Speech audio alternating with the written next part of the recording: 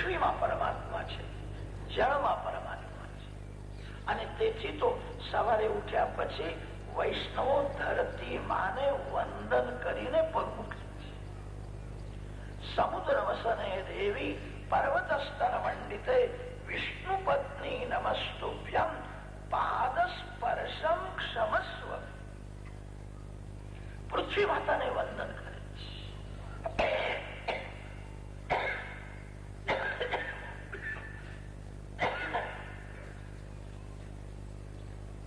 આ માટી નથી, આ જમીન નથી, આ મારી માં છે. પૃથ્વી માતાને વંદન કરો, પછી પગ મૂકો. પૃથ્વી સર્વનું ધારણ પોષણ કરે છે. આ પૃથ્વી સર્વની માં છે.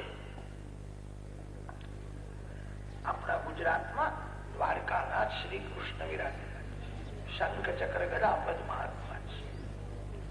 દક્ષિણ ભારતમાં એ જ શ્રી કૃષ્ણ શ્રી વેંકટેશ બાલાજીના સ્વરૂપમાં વિરાજેલા છે. વેંકટેશ બાલાજી મહારાજ પણ ચતુર્ભુજ છે. હાથમાં શંખ ચક્ર ગદા પદ્મ છે. વેંકટેશ બાલાજી મહારાજના મંદિરમાં તમે જ્યારે જાઓ ત્યારે અતિ ભીડ હોય. વેંકટેશ બાલાજી મહારાજના મંદિરમાં જેટલી ભીડ દેખાય એટલી જગતના કોઈ મંદિરમાં તમને મળશે. ગમે ત્યારે જાઓ, અતિ ભીડ હોય. ભગવાનના દર્શન કરવા હોય તો 7-8 કલાક તપશ્ચર્યા કરે તો જ ધર્મ દર્શન થાય. હવે તો લોકો પૈસા આપીને આગળ જવા લાગ્યા છે, પણ એ દર્શનનો બરાબર આનંદ મળતો નથી. 7-8 કલાક જે તપશ્ચર્યા કરે એને ધર્મ દર્શન થાય. વેંકટેશ બાલાજી મહારાજ ત્રિપતિ છે. શ્રીદેવી, ભૂદેવી અને લીલા દેવી, આ 3 દેવીઓના પતિ પરમાત્મા હોવાથી ભગવાનનું નામ છે ત્રિપતિ બાલાજી. લોકોએ ત્રિપતિ શબ્દનો અપભ્રંશ કર્યો તિરુપતિ બાલાજી. મૂળ શબ્દ છે ત્રિપતિ બાલાજી. શ્રીદેવી, લીલા દેવી અને ભૂદેવી, આ 3 દેવીઓના પતિ પરમાત્મા નારાયણ છે. પૃથ્વીના પતિ પરમાત્મા હોવાથી પૃથ્વી સર્વની માં છે. પૃથ્વી સર્વનું ધારણ પોષણ કરે છે, એને ધરા કહે છે. આ મારી માં છે. માર્ગમાં ફૂલ પડ્યું છે, એ ફૂલ ઉપર પગ મૂકીને તમે આગળ જશો, તમને ફૂલ ઉપર પગ મૂકતા ભય લાગે છે. મારો પગ ફૂલ ઉપર ના આવે, મને પાપ લાગશે. ફૂલમાં સુગંધ રૂપે ભગવાન જ વિરાજમાન. પૃથ્વીમાં ગંધ રૂપે પરમાત્માની જ સત્તા છે. અને તેથી પૃથ્વી માતાને વંદન કરે. આજકાલના સુધરેલા લોકો ધરતી માતાને વંદન કરતા નથી. એમને બહુ ગુસ્સો આવી જાય ને તો હાથમાં જે હોય તે ધરતીમાં ફેંકી દે. સાહેબ ને ગુસ્સો આવી જાય. ધરતી માં કે છે મારો બેટો ભાન ભૂલ્યો છે.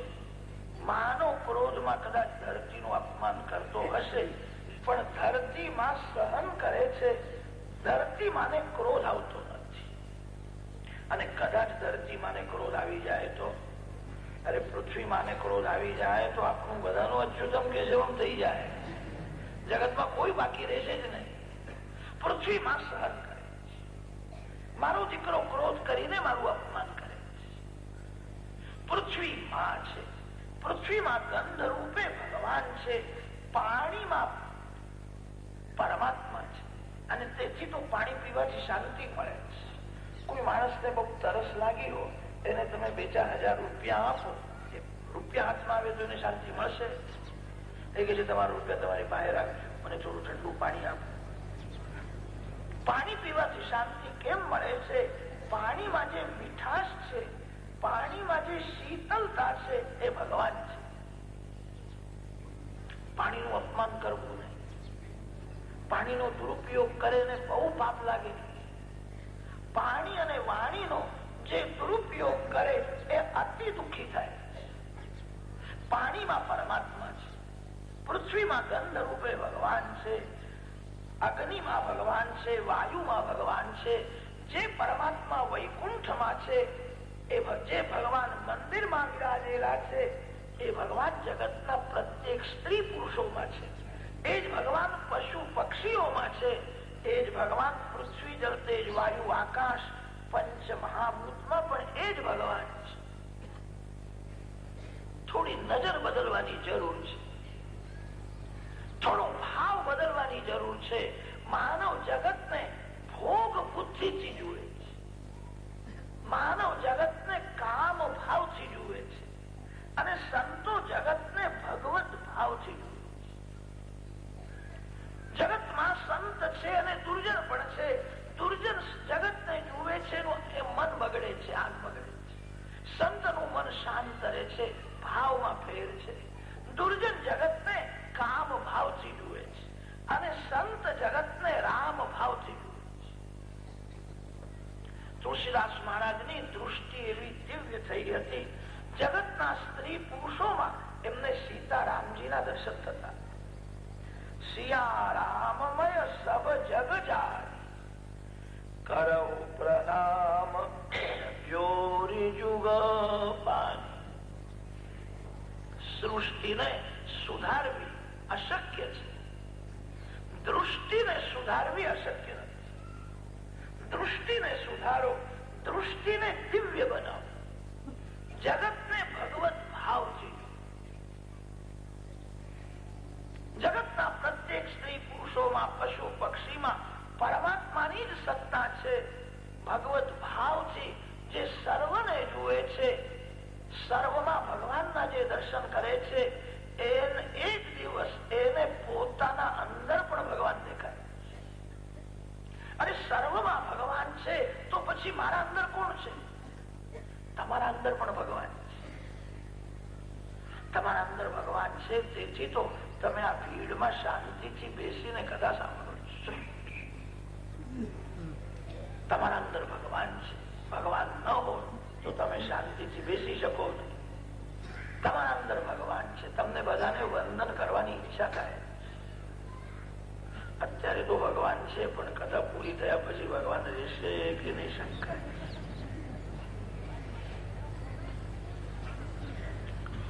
જે સર્વમાં ભગવાનને જુએ છે, સર્વમાં ભગવાનના દર્શન કરતા જે પોતાના દેહને ભૂલે છે, એને આત્મ સ્વરૂપમાં નારાયણના દર્શન થાય છે.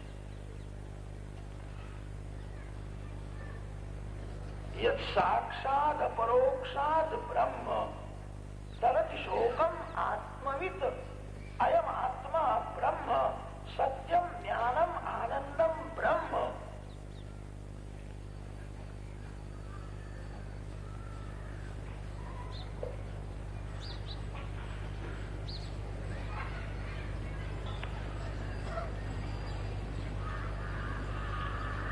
જે સર્વમાં ભગવાનના દર્શન કરતા હું પુરુષ છું અને હું સ્ત્રી છું, આ દેહ ભાવને જે ભૂલે છે, એને અંદર ભગવાનના દર્શન થાય. તમારા અંદર ભગવાનના દર્શન કરવા હો તો દેહ ભાવને ભૂલી જાઓ. તમે દેહ નથી, હું શરીર નથી, હું શરીર મારું નથી, શરીરનું સુખ મારું સુખ નથી. શરીર તો માટીનું પૂતળું છે, માટીમાં મળી જશે. તમારા દેહને તમે ભૂલી જાઓ, ભગવાનની ભક્તિમાં એવા તન્મય બનો કે યાદ આવે નહીં કે હું પુરુષ છું કે સ્ત્રી છું. તમે દેહને ભૂલશો તો તમારા અંદર વિરાજેલા પરમાત્મા તમને દેખાશે. અને સર્વમાં ભગવાન છે તો પછી મારા અંદર કોણ છે? તમારા અંદર પણ ભગવાન છે.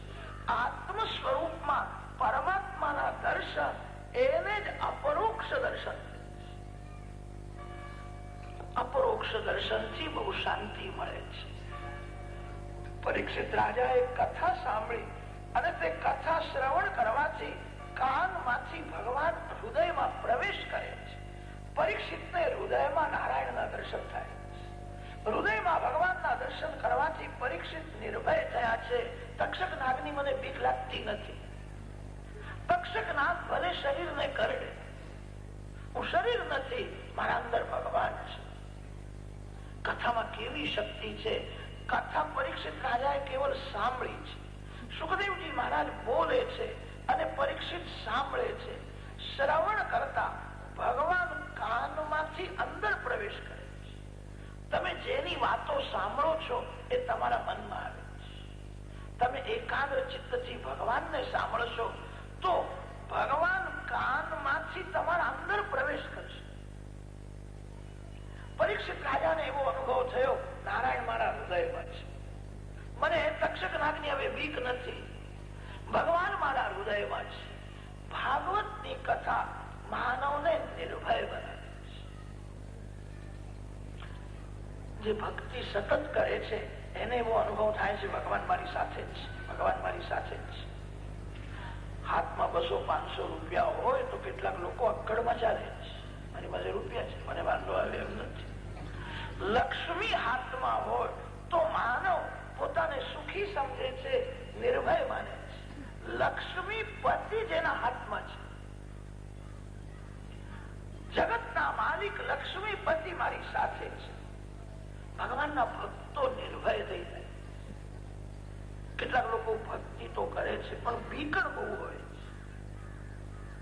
જેને ભય લાગે એ સમજે કે મારી ભક્તિ કાચી છે, મારી ભક્તિ બરાબર નથી અને તેથી મને ભય લાગે છે. જે બરાબર ભક્તિ કરે એને એવો અનુભવ થાય છે, ભગવાન મારી સાથે છે, ભગવાન મારી સાથે છે. એ નિર્ભય બને છે. ભાગવતની કથા માનવને નિર્ભય બનાવે છે. ભાગવતની કથા માનવને ભગવાનના દર્શનની આંખ આપે છે. દેહાભિમાને ગલિતે વિજ્ઞાતે પ્રત્યેગાત્મની યત્ર યત્ર મનો યાતિ તત્ર તત્ર સમાલયા. લાલી મેરે લાલ કી सब जग रही समान. लाली देखन मैं गई और मैं भाई हो गई ना. ગોપીઓને દર્શન કરવાની ઈચ્છા થાય ત્યારે ગોપીઓ દોડતી દોડતી યશોદાજીના ઘેર જાય. બાલકૃષ્ણલાલ ને નિહાળે છે. કનૈયો અતિ સુંદર છે, શ્રીઅંગ મેઘના જેવું શ્યામ છે, આંખમાં પ્રેમ ભરેલો છે, લાલાના વાળ અને નખ પણ દિવ્ય છે. ગોપીઓનો પ્રેમ ધીરે ધીરે વધવા લાગે અને તે પ્રેમ જયારે વધે છે ત્યારે હવે ગોપી યશોદાજીના ઘેર દર્શન કરવા જતી નથી, એને તો ઘરમાંથી જ ભગવાનના દર્શન થાય. તમે જ્યાં બેઠા છો ત્યાંથી તમે ભગવાનના દર્શન કરો. કેટલાક લોકો તો એવા થયા છે કે કથામાં બેઠા બેઠા એમને આખું ઘર દેખાય. તન કથામાં છે અને ઘર દેખાય. કેમ દેખાય? કથામાં બેસીને ઘર દેખાય તો ગોપીને ઘરમાં બેસીને શ્રી કૃષ્ણના દર્શન થાય તો શું આશ્ચર્ય? ગોપીનો પ્રેમ વધી ગયો. હવે તો ગોપીને જમનાજીના કિનારે પણ શ્રી કૃષ્ણના દર્શન થાય, કદમના ઝાડમાં શ્રી કૃષ્ણના દર્શન થાય. ગોપીને એવી આદત પડી ગઈ છે, હરે કૃષ્ણ કૃષ્ણ કૃષ્ણ. એ જયારે કૃષ્ણ બોલે એવું લાગે કે મારા સન્મુખ શ્રી કૃષ્ણ. કોઈ ગોપીને એવો અનુભવ થાય છે જમણી બાજુમાં શ્રી કૃષ્ણ ઉભા છે, મને જુએ છે. કોઈ ગોપીને એવો અનુભવ થાય છે ડાબી બાજુમાં શ્રી કૃષ્ણ. અંદર બહાર ભગવાનના દર્શન કરતી ગોપી જયારે સ્ત્રીત્વને ભૂલી જાય, ગોપીને પછી યાદ રહ્યું નહીં કોઈ પુરુષ સાથે મારું લગ્ન થયું, હું કોઈની દીકરી છું, કોઈની હું બેન છું. ગોપી સ્ત્રીત્વને પણ જયારે ભૂલે છે ત્યારે ગોપીને અંદર શ્રી કૃષ્ણના દર્શન થાય. કૃષ્ણોહમ પશ્યત ગતિમ લલિતા વિધિ તન્મના. મારા અંદર શ્રી કૃષ્ણ છે. જે દેહને ભૂલે છે એને દેવ દેખાય છે.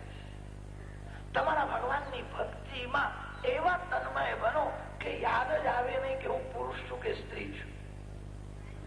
દેહ ભાવ તમે ભૂલશો તો દેવ ભાવ જાગૃત થશે. તમારા અંદર તમને ભગવાનના દર્શન થશે. આત્મ સ્વરૂપમાં પરમાત્માના દર્શન દર્શન એને જ અપરોક્ષ દર્શન. ભાગવત એ દર્શન શાસ્ત્ર છે.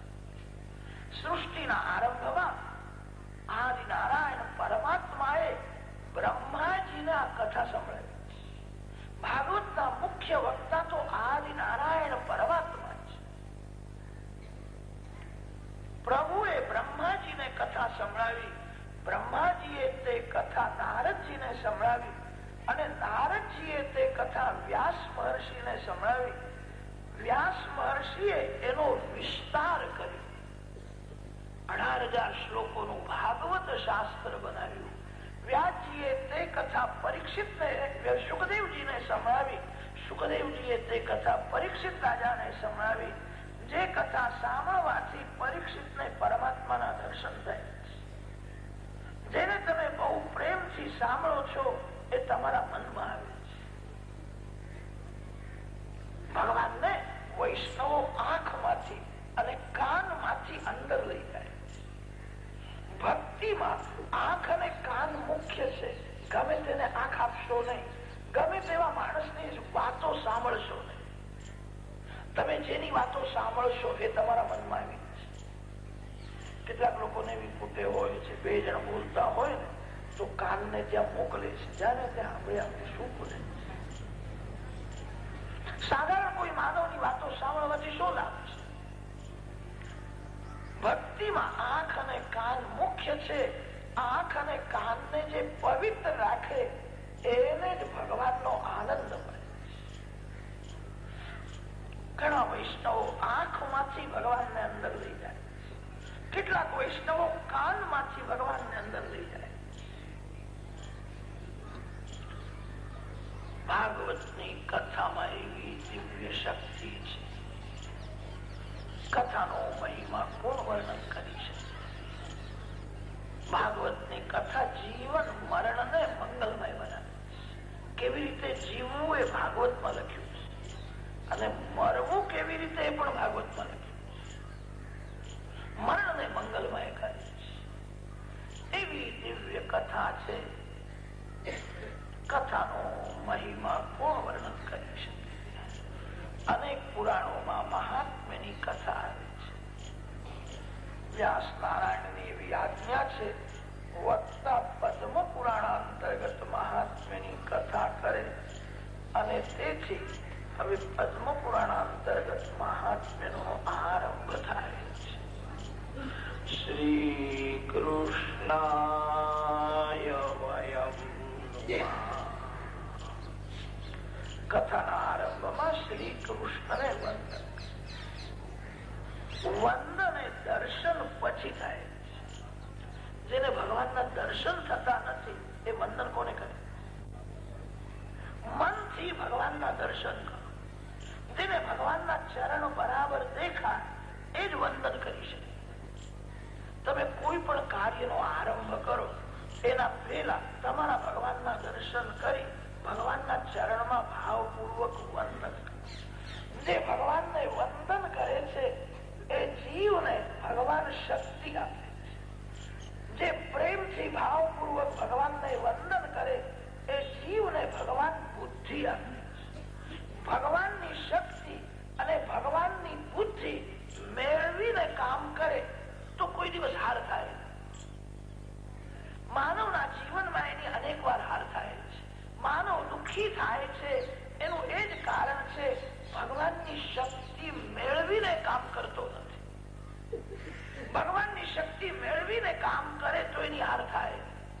પ્રભુની શક્તિ મેળવવાનું સરળ સાધન એ છે મનથી દર્શન કરો, મનથી ભગવાનના ચરણમાં વંદન કરો. માનવની શક્તિ અને બુદ્ધિ અલ્પ છે. અલ્પ શક્તિ અલ્પ બુદ્ધિ હોવાથી માનવની હાર થાય. વ્યવહારના કામમાં માનવ ભગવાનને ભૂલી જાય છે. પોતાના બુદ્ધિમાં વિશ્વાસ રાખે છે. હું તો બધું ભણ્યો છું, મને બધું આવડે છે, હું સમજુ છું. ભગવાનને ભૂલે અને પોતાના જ્ઞાનમાં બુદ્ધિમાં વિશ્વાસ રાખે તેની હાર થાય. ભગવાનની શક્તિ મેળવીને કામ કરો. પ્રથમ ભગવાનના ચરણમાં વંદન કરે. તમે જયારે બહાર જાઓ છો ત્યારે શું કરો છો? ભાગવતની કથા સાંભળ્યા પછી એવો નિયમ લો, બહાર જાઓ ત્યારે તમારા ભગવાનને વંદન કરી દેજો. ભગવાનને વંદન કરીને કહેજો તમારું કામ કરવા માટે ઉભા રહેજો. ધન ભોગનું સાધન નથી, ધન ભક્તિનું સાધન. પ્રવૃત્તિ પરમાત્માના માટે કરો. પૈસા માટે પ્રવૃત્તિ કરો, પ્રવૃત્તિ નું લક્ષ્ય પરમાત્મા રાખો. માનવ પાસે ધન હોય ને તો એ બરાબર ભગવાનની ભક્તિ કરી શકે. પૈસો ભક્તિનું સાધન. મારે સુંદર ગુલાબના ફૂલ લાવવા છે, ભગવાનનો હિંડોળો કરવો છે, મારે ભગવાનનો સુંદર શૃંગાર કરવો છે. પૈસો ન હોય તો ભક્તિ કેવી રીતે થઈ શકે? બહાર જાઓ ત્યારે ભગવાનને કહીને જાઓ, વંદન કરીને જાઓ, હું તમારું કામ કરવા માટે બહાર જાઉં. તમે પ્રવૃત્તિ કરો ને તે પ્રવૃત્તિ કરતા કરતા ભગવાનને યાદ કરો, ભૂલશો નહીં. કોઈ પણ કામ કરો ત્યારે મનથી ભગવાનનું સ્મરણ કરો. તમે બહારથી જયારે ઘરમાં આવો ને ત્યારે પ્રથમ તમારા ભગવાનના દર્શન કરો અને ભગવાનને વંદન કરીને કહેજો, આ દાસ તમારી સેવામાં આવ્યો, શું ઘરમાં આવી ગયો. જયારે બહાર જાઓ ત્યારે ભગવાનને કહીને જાઓ. ઘરમાં આવો ત્યારે પ્રથમ ભગવાનના દર્શન કરો, ભગવાનને વંદન કરો. તમે બહારથી ઘરમાં આવો છો ત્યારે શું કરો છો? કેટલાક લોકો એવા હોય છે, બહારથી ઘરમાં આવે ત્યારે પત્નીના દર્શન કરવાની અમને બહુ ઈચ્છા થઈ જાય. ઘરમાં પત્ની ન દેખાય તો અકળાય છે. બાળકોને પૂછે છે, તારી માં ક્યાં ગઈ છે? માં ક્યાં જવાની હતી? ગઈ હશે, આવશે. બહારથી ઘરમાં આવો તો પ્રથમ ભગવાનના દર્શન કરો. ભગવાનને કહેજો કે હું આવ્યો છું. તમે આટલું કરશો તોય જીવન સુધરશે. કોઈ પણ કામ કરો એ ભગવાનને કહીને કરો. કોઈ પણ કામ કરો તે ભગવાનને વંદન કરીને કરો. શ્રી કૃષ્ણાય વયમ નમઃ.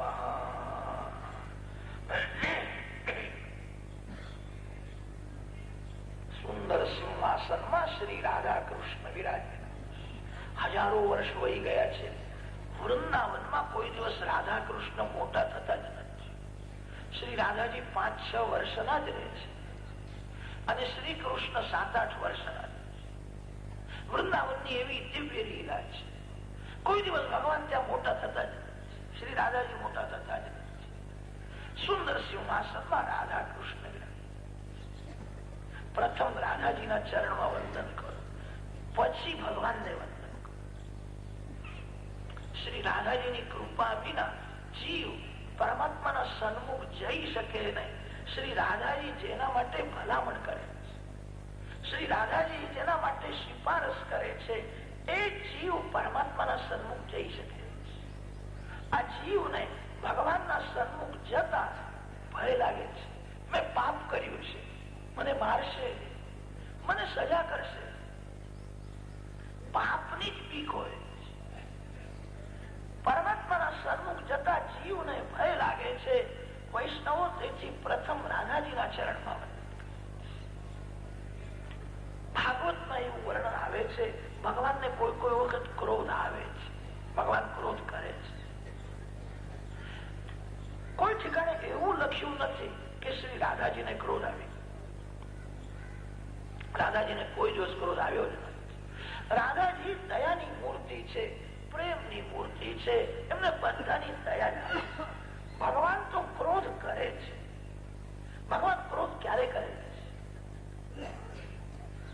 ભગવાન માનવને વધારે ભક્તિ કરવા માટે સંપત્તિ આપે છે. એને ઘરમાં કોઈ ચિંતા ન હોય ને તો એ મારી ભક્તિ બહુ કરશે. વધારે ભક્તિ કરવા માટે ભગવાન અનુકૂળતા કરી દે છે કે અનુકૂળ પરિસ્થિતિમાં એ વધારે પરોપકાર કરશે, અનુકૂળ પરિસ્થિતિમાં વધારે ભક્તિ કરશે. આ જીવ એવો દુષ્ટ છે, અનુકૂળ પરિસ્થિતિમાં વધારે ભક્તિ કરતો નથી, અતિ સુખ ભોગવે છે. જે મર્યાદા છોડીને અતિ સુખ ભોગવે ત્યારે ભગવાનને ક્રોધ આવે. હવે દયા નહીં કરું, હવે સજા કરી. હવે દયા કરવા લાયક નથી, ભગવાનને ક્રોધ આવે છે. ભગવાન સજા કરે છે.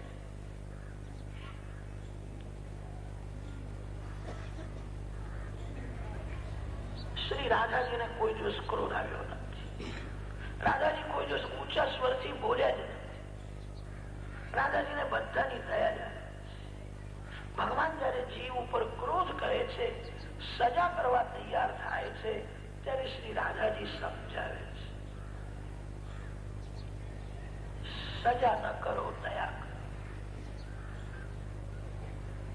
ભગવાન આવેશમાં બોલે છે, આ જીવ દુષ્ટ છે, આજ સુધી મેં બહુ દયા કરી, આ દયા કરવા લાયક નથી, હવે દયા નહીં કરું, હવે સજા કરે. ભગવાન જયારે આવેશમાં આવું બોલે ત્યારે રાધાજી ભગવાનને સમજાવે છે, જીવ દુષ્ટ છે, નાલાયક છે, પણ લાયક બાપનો જ નાલાયક દીકરો છે. દીકરો તો તમારો છે. તમે જ બોલ્યા છો, મમૈવાંશો જીવલોકે જીવભૂત સનાતના. તમે લાયક છો. જીવ દુષ્ટ છે, જીવ દુષ્ટતા છોડતો નથી, તો તમે દયા કેમ છોડો છો? જગત ભગવાનના આધીન છે અને ભગવાન શ્રી રાધાજીના આધીન છે. જગતનો આધાર ભગવાન છે અને ભગવાનનો આધાર શ્રી રાધાજી છે. જગતને આનંદ શ્રી કૃષ્ણ આપે છે. જયારે મન શ્રી કૃષ્ણને સ્પર્શ કરે ત્યારે આનંદ મળે છે. જીવને સંસારમાં સુખ મળે છે, આનંદ મળતો નથી. આનંદ ભગવાન આપે છે, જેનું મન પરમાત્માને સ્પર્શ કરે છે. જગતને આનંદ શ્રી કૃષ્ણ આપે છે. જગતને આનંદ આપનાર શ્રી કૃષ્ણને આનંદ શ્રી રાધાજી આપે છે. શ્રી રાધાજી ભગવાનની આહ્લાદિકા શક્તિ છે. શ્રી કૃષ્ણેન શ્રીયતે સેવ્યતે ઇતિ વા શ્રી. શ્રી શબ્દનો અર્થ શ્રી રાધાજી છે.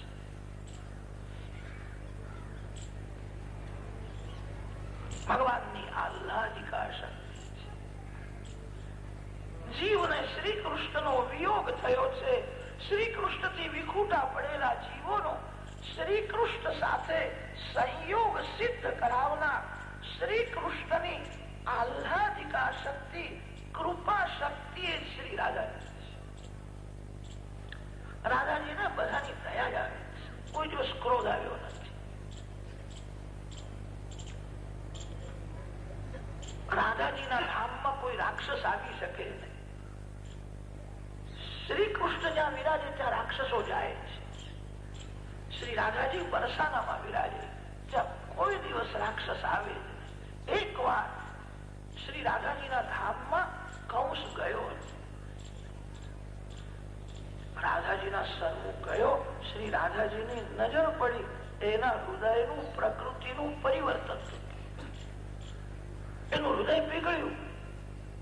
શ્રી કૃષ્ણ તો રાક્ષસોને મારે છે. શ્રી કૃષ્ણ ક્રોધ કરે છે. ભગવાન કોઈ પણ રાક્ષસને મારે છે ત્યારે રાધાજી સાથે નથી. એકલા શ્રી કૃષ્ણ રાક્ષસોને મારે. શ્રી રાધાજીની નજર પડે કે રાક્ષસના પ્રકૃતિનું સ્વભાવનું પરિવર્તન થાય. કોઈ પણ રાક્ષસ રાધાજીના સન્મુખ જાય, રાધાજીની નજર પડે, શ્રીજીનો એ દાસ બની. કંસને એવું થયું કે હું એમની સેવા કરું. કંસ રાધાજીના ધામમાં ગયો હતો. પછી કંસ ગભરાયો.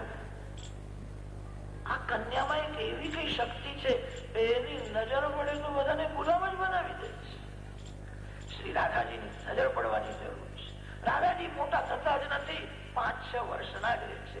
कंस राजाए बड़ा राक्षसों ने घरेलू, गोकुल में जाना, वृंदावन में जाना, कभी बरसाने में जाना नहीं. वहां एक ऐसी कन्या है, उसकी नजर पड़ने से जीव उसका दास बन जाता है. श्री राधा जी आह्लादिका शक्ति છે. ભગવાનને પણ આનંદ આપે છે. વૈષ્ણવો તેથી પ્રથમ શ્રી રાધાજીના ચરણમાં વંદન. તમે વૃંદાવનમાં ગયા છો, વૃંદાવનના બધા સાધુ સંતો શ્રી રાધે શ્રી રાધે શ્રી રાધે, મારા માટે થોડી ભલામણ કરો, મારી થોડી સિફારસ કરો. હું ભગવાનને મારું મોડું શું બતાવું? મેં બહુ પાપ કર્યું છે. સંબંધ કરાવે છે. રાધાજીને બધાની દયા જ આવે છે. વ્યવહારમાં પણ એવું દેખાય છે, છોકરો બહુ નાલાયક હોય તો બાપ એને ઘરમાંથી કાઢી મૂકે, તારું મોડું જોવું નથી, જાય. ગમે તેવો દીકરો હોય એ 12 વાગે ઘરમાં આવે, એને કરેલા પાપના માટે થોડો પશ્ચાતાપ થાય, એના આંખમાં 2 આંસુ આવી, એ માં આગળ હાથ જોડીને ઉભો રહે, પછી તો માં બધું ભૂલી જાય. પછી માને બાળકનો કોઈ દોષ દેખાતો જ નથી. એક સાધારણ માતામાં પણ એવી દયા હોય છે. શ્રી રાધાજી તો જગત જનકી છે. શ્રી રાધાજી આદિ શક્તિ છે. શ્રી રાધાજી માંથી જ બધી શક્તિઓ ઉત્પન્ન થઈ છે. માયા પણ શ્રી રાધાજી માંથી જ ઉત્પન્ન થઈ. અને તેથી તો સંતોનો એવો અનુભવ છે, માયા સંસારી ગ્રહસ્થને જ ત્રાસ આપે છે એવું નથી. માયા કોઈ વખત સાધુ સંતોને પણ ત્રાસ. માયા કોઈને છોડતી નથી. માયા મૂરખ બનાવે છે, માયા રડાવે છે. સંતોનો એવો અનુભવ છે, જ્યારે માયા ત્રાસ આપે ત્યારે સંતો શ્રી રાધે શ્રી રાધે શ્રી રાધે શ્રી રાધે શ્રી રાધે પ્રેમથી રાધાજીનું સ્મરણ કરે. જ્યાં રાધાજીનું પ્રેમથી સ્મરણ કરે, શ્રી રાધાજી કૃપા કરે, એમને જલ્દી દયા. પ્રથમ શ્રી રાધાજીના ચરણમાં શ્રી કૃષ્ણાય વયમ નુમઃ.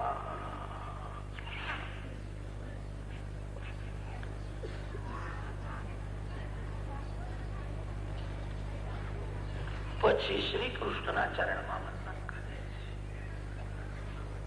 તમે કોઈ પણ કાર્ય કરો ત્યારે તમારા ભગવાનના દર્શન કરો, વંદન કરીને કરશો, તમારી કોઈ દિવસ હાર થશે. જે ભગવાનને ભાવપૂર્વક વંદન કરે એને ભગવાન એવી દિવ્ય શક્તિ, એવી બુદ્ધિ આપે છે, એનો વ્યવહાર પણ સુખમય થાય. જે વ્યવહારમાં ભગવાનને ભૂલી જાય એ દુઃખી થાય. આરંભમાં શ્રી કૃષ્ણ ચરણમાં વંદન કરે છે. પછી ભાગવતના પ્રધાન વક્તા શ્રી સુખદેવજી મહારાજ યમ પ્રવ્રજંતમનુપેતમપેત કૃત્યમ દ્વૈપાયનો વિરહ કાતર આજુહાવ પુત્રેતિ તન્મયતયા તરવો વિનેદુ તમ સર્વભૂત હૃદયમ મુનિમાનતોસ્મી. વ્યાસ મહર્ષિ આદિ નારાયણ પરમાત્માનું સ્વરૂપ છે. ભગવાન નારાયણ વ્યાસજીના સ્વરૂપે પ્રગટ થયા છે. ભગવાનનો જ્ઞાનાવતાર એ જ વ્યાસજી છે. જીવને મારા સ્વરૂપનું જ્ઞાન થાય અને તેથી ભગવાન નારાયણ વ્યાસ મહર્ષિના સ્વરૂપે પ્રગટ થયા. ભગવાન શંકર સુખદેવજીના સ્વરૂપે પ્રગટ થયા. શિવ મુક્તિ આપે છે. શિવ જગત ગુરુ છે. સુખદેવજી મહારાજ શિવ સ્વરૂપ છે.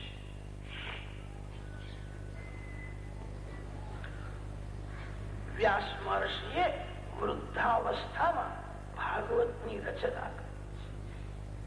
હજારો વર્ષો સુધી ગંગા કિનારે બેસીને ધ્યાન કર્યું છે. હજારો વર્ષો સુધી તપશ્ચર્યા કરી છે. બુદ્ધિનો પરિપાક, જ્ઞાનનો પરિપાક, ભક્તિનો પરિપાક, અવસ્થાનો પરિપાક થયા પછી વૃદ્ધાવસ્થામાં ભાગવતની રચના કરી. વ્યાસ નારાયણનો છેલ્લો ગ્રંથ છે. ભાગવતની રચના કર્યા પછી વ્યાસજીએ કલમ મૂકી દીધી. મારે હવે કઈ બોલવું નથી અને હવે કઈ લખવું પણ નથી. મને જે મળ્યું હતું જરા પણ સંકોચ રાખ્યા વિના મેં જગતને આપી દીધું છે. વ્યાસ મહર્ષિને હજારો વર્ષો સુધી દુઃખ સહન કરીને તપશ્ચર્યા કરતા જે કઈ મળ્યું હતું તે કૃપા કરીને આપણને આપી દીધું. વ્યાસજીનો આ છેલ્લો ગ્રંથ છે. રચના કર્યા પછી વ્યાસજીને થોડી ચિંતા થઈ, મારા ભાગવતની કથા કોણ કરશે? વ્યાસાશ્રમમાં ઘણા ઋષિઓ વ્યાસજીના શિષ્ય થઈને વિરાજે. વ્યાસનારાયણ જગત ગુરુ છે. વ્યાસોચ્છિષ્ટમ જગત સર્વ. બધા સાધુ સંતો એવું કે છે અમે વ્યાસજીનું એઠું કહીએ છીએ. વ્યાસજી મહારાજ જે બોલ્યા છે એ જ અમે બોલીએ. જગત ગુરુ વ્યાસ નારાયણ છે. વ્યાસજી જે બોલે છે એ જ સંતો બોલે છે. વ્યાસજીએ ભાગવતની રચના કરી છે. વ્યાસજીને થોડી ચિંતા થઈ, મારા ભાગવતની કથા કોણ કરશે? મોટા મોટા ઋષિઓ એમના શિષ્ય હતા. કોઈને ઋગ્વેદ આપે, કોઈને યજુર્વેદ આપે, કોઈને મહાભારત આપે, કોઈને પદ્મ પુરાણ આપે, ભાગવત કોઈને આપે. મારું સર્વસ્વ છે, આજ મારું ધન છે. બહુ પ્રયત્ન કર્યા પછી મને મળ્યું છે. ભાગવત આપવાની ઈચ્છા થતી. ભાગવત પ્રેમ શાસ્ત્ર છે. જે પરમાત્મા સાથે જ પ્રેમ કરે છે એ જ ભાગવતની કથા બરાબર કરે છે. વ્યાસજી તેથી કોઈને આપતા નથી. ભાગવત આપવાની ઈચ્છા થતી નથી. મારા ભાગવતની કથા કોણ કરશે? વ્યાસજીને તે સમયે ભગવાન શંકર યાદ આવ્યા. શિવ સ્મરણ થયું છે. ભગવાન શંકર કૃપા કરીને આ કથા કરે તો અનેક જીવોનું કલ્યાણ થશે. શ્રી કૃષ્ણ એ જ શિવજીનું ધન છે. શિવ સ્મશાનમાં વિરાજે, સર્વનો ત્યાગ કરે, આનંદમય શિવ છે. એનું કારણ એ છે શ્રી કૃષ્ણ એ જ શિવજીનું ધન છે. શ્રી કૃષ્ણને હૃદયમાં રાખે છે. પરમાત્મા સાથે જ પ્રેમ કરે છે. ઘણા ભાગે શંકર ભગવાન ગામના બહાર વિરાજે છે. શંકર ભગવાનનો એવો સ્વભાવ છે, જગતને જેની બહુ જરૂર હોય ને શિવજી મહારાજ એનો ત્યાગ કરે.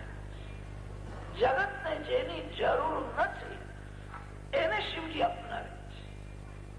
ઘરમાં એક જ ગુલાબનું ફૂલ હોય અને ઘરમાં દેવ અનેક હોય તો મનમાં શંકા થાય છે ગણપતિને અર્પણ કરું કે હનુમાનજીને?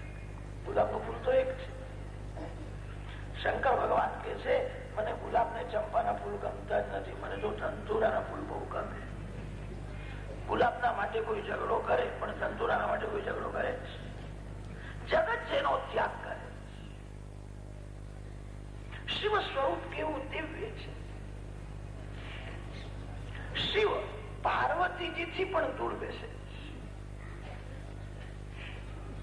તો બધા દેવોએ બહુ આગ્રહ કર્યો. આથી આગ્રહ કર્યો તેથી શિવજી મહારાજ લગ્ન કરવા ગયા. ગ્રંથોમાં તો એવું લખ્યું છે શંકર ભગવાન લગ્ન કરવા ગયા એના પહેલા કામદેવને બાળીને ભસ્મ કર્યો. કામનો વિનાશ કરીને પછી લગ્ન કરવા ગયા. પાર્વતીજી સાથે લગ્ન થયું અને લગ્ન થયા પછી શંકર ભગવાન માતા પાર્વતીજીને રામ કથા કૃષ્ણ કથા સંભળાવે છે. અને શિવજીએ પાર્વતી માતાને કહ્યું દેવી એક બાજુમાં બેઠા તું રામ રામ કર, આ બાજુ રામ રામ કર. શંકર પાર્વતી સાથે બેઠા છે એવા દર્શન જલ્દી નહીં થાય. લક્ષ્મી નારાયણ સાથે જ વિરાય, સીતારામજી સાથે વિરાય, રાધા કૃષ્ણ સાથે વિરાજે. શિવ મંદિરમાં પ્રાય માતા પાર્વતીજી એક બાજુમાં હોય છે, શિવ એક. એ સર્વનો ત્યાગ કરે છે, એ પ્રકૃતિથી દૂર રહે છે, એ પરમાત્મા સાથે જ. શ્રી કૃષ્ણ એ જ શિવજીનું ધન છે. વ્યાસ મહર્ષિને ભગવાન શંકર યાદ આવે અને વ્યાસજી એવો વિચાર કર્યો શંકર ભગવાન આ કથા કરે તો સારું, અનેક જીવોનું કલ્યાણ થશે. શંકર ભગવાનના અવતાર વધારે થતા નથી. જગતમાં ગડબડ થાય, અશાંતિ થાય તો વિષ્ણુ ભગવાનના અવતારો થાય. અવતારાન દશાગ્રહી વિષ્ણુ ભગવાનના એક એક અવતારની કથા આવે છે. શિવજી મહારાજ જગતમાં આવતા જ નથી. એમને અવતાર લેવાની ઈચ્છા જ થતી નથી. જગતથી અલગ રહે છે.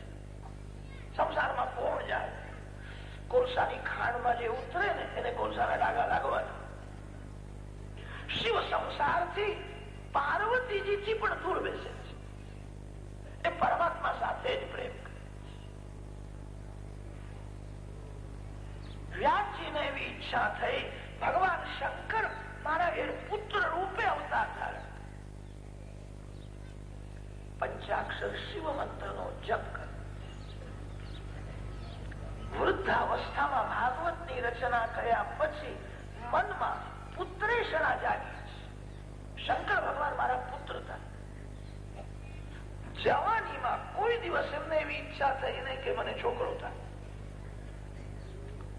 વૃદ્ધાવસ્થામાં ભાગવતની રચના કર્યા પછી એવો ભાવ જાગ્યો ભગવાન શંકર મારા ઘેર પુત્ર રૂપે. પંચાક્ષર શિવ મંત્રનો વ્યાસ જે જપ કરે છે, વ્યાસ પત્નીનું નામ ગ્રંથોમાં આવે છે અરણી દેવી. કોઈ કોઈ ગ્રંથમાં વ્યાસ પત્નીનું નામ આવે છે વાટિકા દેવી. વ્યાસજી અરણી દેવી સાથે પંચાક્ષર શિવ મંત્રનો જપ કરે. એકવાર શંકર ભગવાન વ્યાસાશ્રમમાં પ્રગટ થયા છે. મારું ધ્યાન કરે છે, મારા નામનો સતત જપ કરે. વ્યાસાશ્રમમાં શિવજી પધાર્યા છે. વ્યાસજીને આનંદ થયો. ભગવાન શંકરની પૂજા કરી. શિવજીએ પૂછ્યું છે શું ઈચ્છા છે? મારું ધ્યાન સતત કેમ કરો છો? કે મારા એક ઈચ્છા છે, મારા ભાગવતની કથા કરવા માટે મારા ઘેર પુત્ર રૂપે તમે અવતાર ધારણ. તમે મારા પુત્ર બનો. શિવજીએ સ્મિત હાસ્ય કર્યું. સંસારમાં કોણ જાય? સંસાર તો કોલસાની ખાણ છે. કોલસાની ખાણમાં કોઈ આવે અને બહુ ડાપણની વાતો કરે કે હું ગૌડાયો છું, બુદ્ધિમાન છું, મને કોલસાના ડાગા નહીં લાગે. ખોટી વાત છે. મારે સંસારમાં આવવું જ નથી. સંસાર માયામય છે. સંસારમાં આવ્યા પછી માયા વળગે છે. શિવ માયા રહિત શુદ્ધ બ્રહ્મ છે. વ્યાસજીએ કહ્યું કે મહારાજ તમને માયા શું વળગવાની નથી? તમારા માથે તો ગંગાજી છે.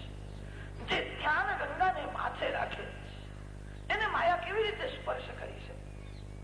મહારાજ તમને જે સમાધિમાં આનંદ મળે છે એ આનંદ બીજાને પણ આપવો જોઈએ. એકલો ખાય એ સારું ન કહેવાય. એકલો ખાય તો એકલ પેટો કહેવાય. તમને જે મળ્યું છે તે બીજાને આપો. તમે જે આનંદ મારો છો એ આનંદ સમાજને આપો. આનંદ એ જ શ્રી કૃષ્ણ છે. આનંદો બ્રહ્મે દિવ્યજાના.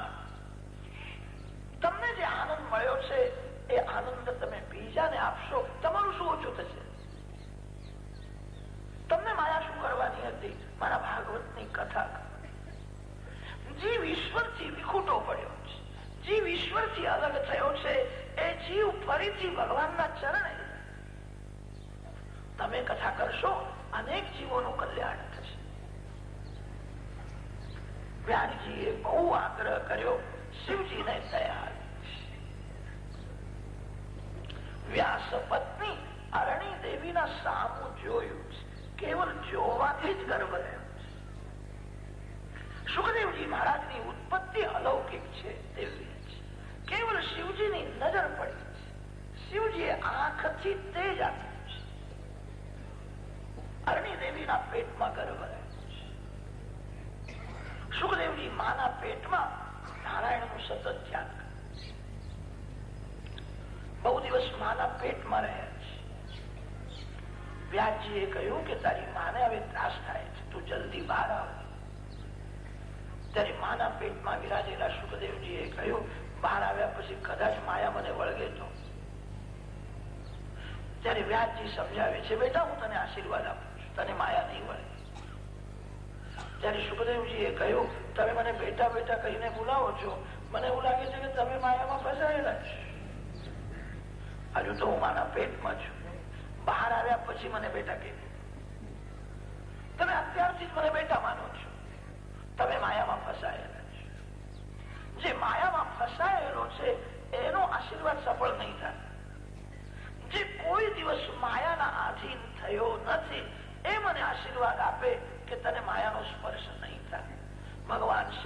કૃષ્ણનું નામ છે માધવરાય. 4 દિશામાં 4 માધવરાય છે. પ્રયાગરાજમાં વેણી માધવ છે,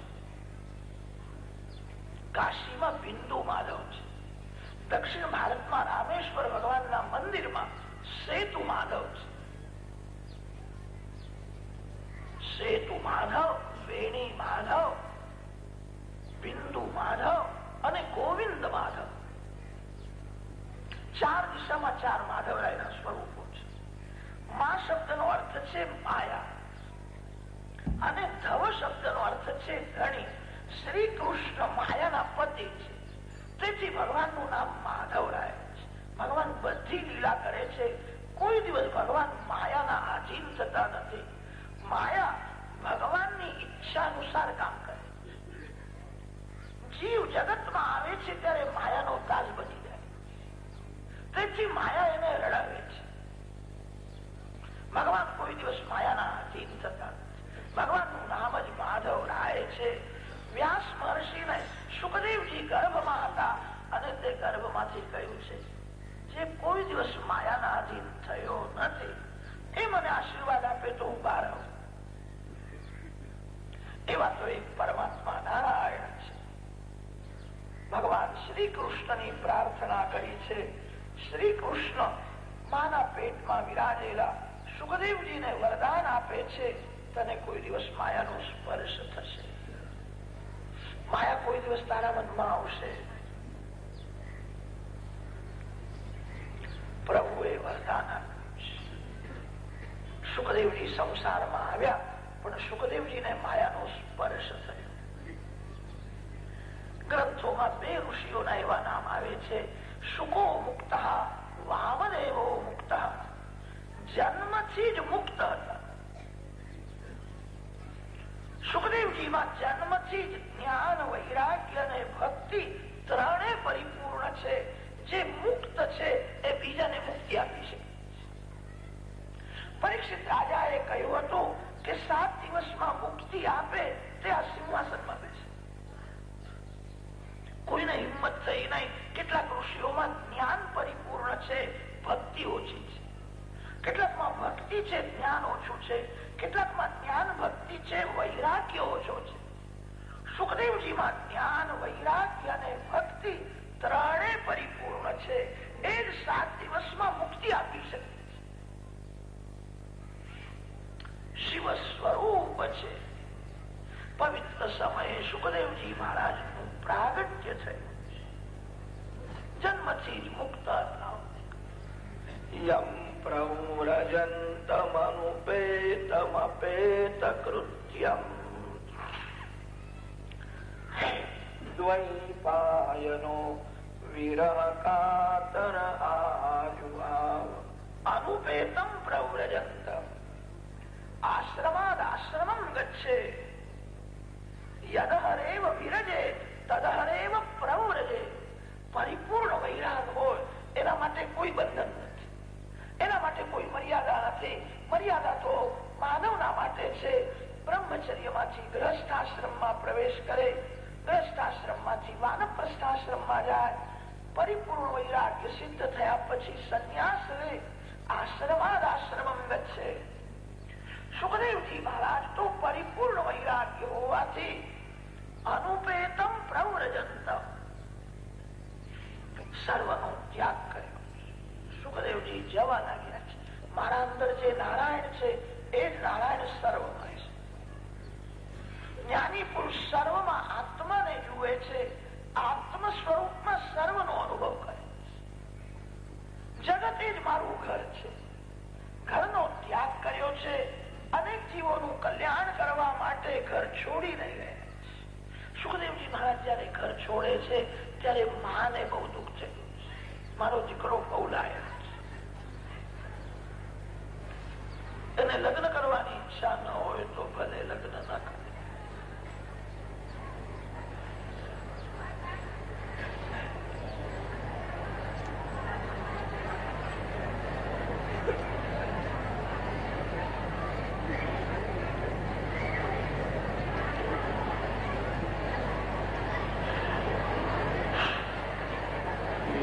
શંકરામ મહારાજ.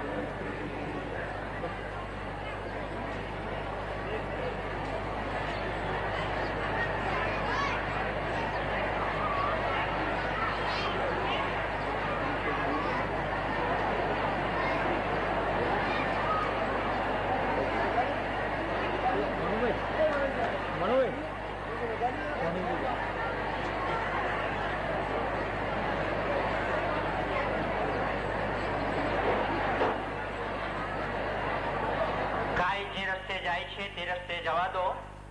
આપ શાંતિથી આપની જગ્યા પર બેસી જાઓ.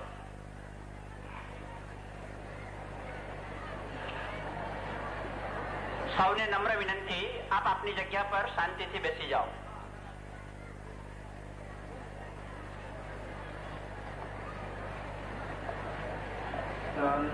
નાથ કી જય. શ્રી ગિરિરાજ ધરણ કી જય. દ્વારિકાધીશ કી જય. બોલો ને તો કથામાં વિઘ્ન આવે નહીં. બધા લોકો જય બોલતા નથી. જે બહુ પ્રેમથી જય બોલે ને તેનું પાપ મુખમાંથી બહાર નીકળે. પાપને અંદર રાખવું હોય તો જય બોલશો નહીં, અને પાપને બહાર કાઢવું હોય તો પ્રેમથી શ્રી સંતરામ મહારાજ. માનવ મૂર્ખ નથી, ડાયો છે. એને કોઈ ટકોર ન કરે ત્યાં સુધી અક્કલ આવતી નથી. શ્રી ગોવર્ધનનાથ ગિરિરાજ દ્વારિકાધીશ શ્રી બાલકૃષ્ણ સદગુરુ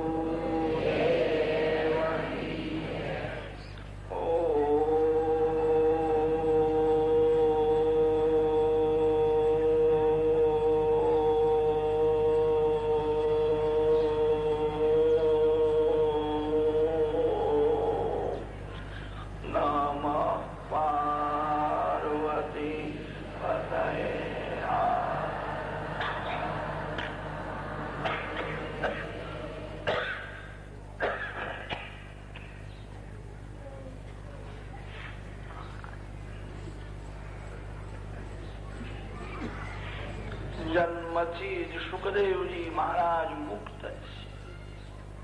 માની બહુ ઈચ્છા છે મારો દીકરો ભલે લગ્ન ન કરે, આંખથી દૂર ન જાય. મારો દીકરો એવો છે એને જોતા મન શાંત રહે. મારો દીકરો એવો છે એને જોતા ભગવાનના દર્શન થાય. મારો દીકરો મારા આંખથી દૂર ન જાય. સુખદેવજી જાય છે ત્યારે માં રડવા લાગે. વ્યાજી પત્નીને સમજાવે છે, તને સુખદેવ બહુ ભાલો લાગે છે કે મને અતિશય પ્યારો લાગે છે. જે અતિ પ્રિય છે એ પરમાત્માને અર્પણ કરો. તમે પ્રભુને ભાલા થશો. માનવ ભગવાનને ગમતો નથી એનું એ જ કારણ છે. માનવને જે બહુ સારું લાગે ને એ પોતાના માટે રાખે, અને જે ગમતું ન હોય તે બીજાને આપી દે. તમને જે બહુ ગમે એ ભગવાનને આપશો તો તમે ભગવાનને ગમશો. તમને જે ગમતું નથી એ કોઈને આપશો નહીં. તમને જે બહુ ગમે તે બીજાને આપશો. કેટલાક લોકો એવા હોય છે, ઘરમાં જે કોઈને ગમતું ન હોય, સાધારણ હોય તો મંદિરમાં જઈને મૂકી આવે છે. સુખ તને બહુ ગમે છે, ભગવાનને અર્પણ કર. વ્યાજી પત્નીને સમજાવે છે. સુખદેવજીમાં એવા સદગુણ હતા. વ્યાજીનું આકર્ષણ થયું. મને એવું લાગે છે મારો દીકરો મારા કરતા શ્રેષ્ઠ છે. એનું વૈરાગ, એનું જ્ઞાન, ભક્તિ અલૌકિક છે. સુખદેવજી જવા લાગ્યા ત્યારે એમના પાછળ પાછળ વ્યાસ મહર્ષિ, હે પુત્ર, હે પુત્ર, બેટા તારી માં રડે છે.